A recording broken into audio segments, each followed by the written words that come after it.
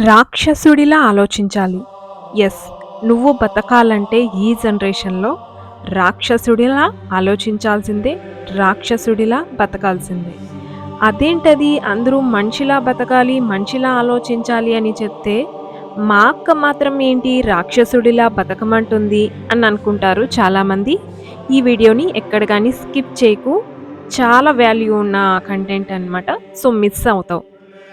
రాక్షసుడిలా ఆలోచించు అంటే దానర్థం చంపమని కాదు, చెడుగా మారమని కాదు, కత్తి తీసుకొని అందరినీ కనిపించిన వాళ్ళందరినీ చంపేయమని కాదు. నువ్వు మంచివాడిగా ఉంటే ఈ ప్రపంచం నిన్ను వదిలేస్తుంది అని అర్థం. ముందు కాలంలో మనిషిలా బతుకు అని చెప్పేవారు. ఎందుకంటే అప్పుడు మనుషుల్లో మనసుండేది. నీతి, నిజాయితీ, ప్రేమ, అభిమానం, ఆప్యాయత ఇవన్నీ ఉండేవి. కానీ ఇప్పుడు నువ్వు మనసు పెట్టావంటే వాళ్ళు నీ మీద ఆటలాడతారు. ముందు కాలంలో ప్రేమ అంటే నిజమైనది. ఇప్పుడు ప్రేమ అంటే జస్ట్ ఓన్లీ టైం పాస్. ముందు ఫ్రెండ్షిప్ అంటే లైఫ్ లాంగ్ ఉండేది. ఇప్పుడు ఫ్రెండ్షిప్ అంటే యూజ్ అండ్ త్రో. నీ వెనకాలే గొయ్యి తీస్తారు. నువ్వు నమ్మావంటే వాళ్ళు నిన్ను మోసం చేస్తారు. నువ్వు ప్రేమిస్తే వాళ్ళు నిన్ను వాడేసుకుంటారు. నువ్వు మంచిగా ఉంటే వాళ్ళు నిన్ను బలహీనంగా ట్రీట్ చేస్తారు.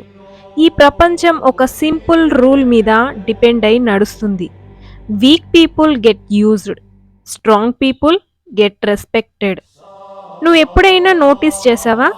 ఎందుకు మంచి వాళ్ళు ఎప్పుడూ సఫర్ అవుతూ ఉంటారు? ఎందుకంటే వాళ్ళు నో అనలేరు.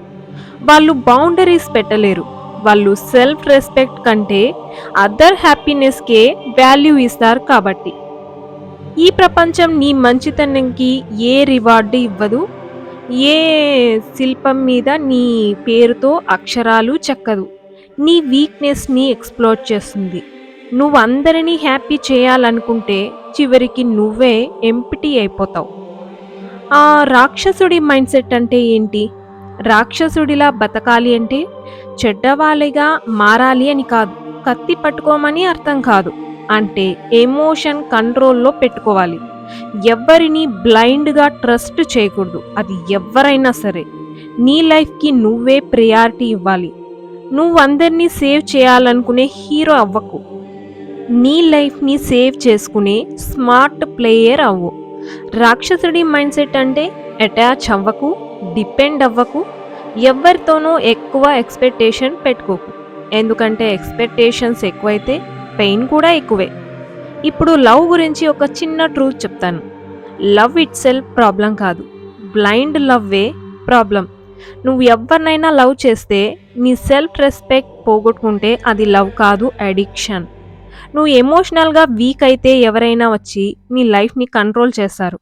కాబట్టి లవ్ చేయొచ్చు, కానీ నిన్ను నువ్వు పోగొట్టుకోకూడదు, లాస్ అవ్వకూడదు. ఈ ప్రపంచం మారదు. మారాల్సింది మనమే.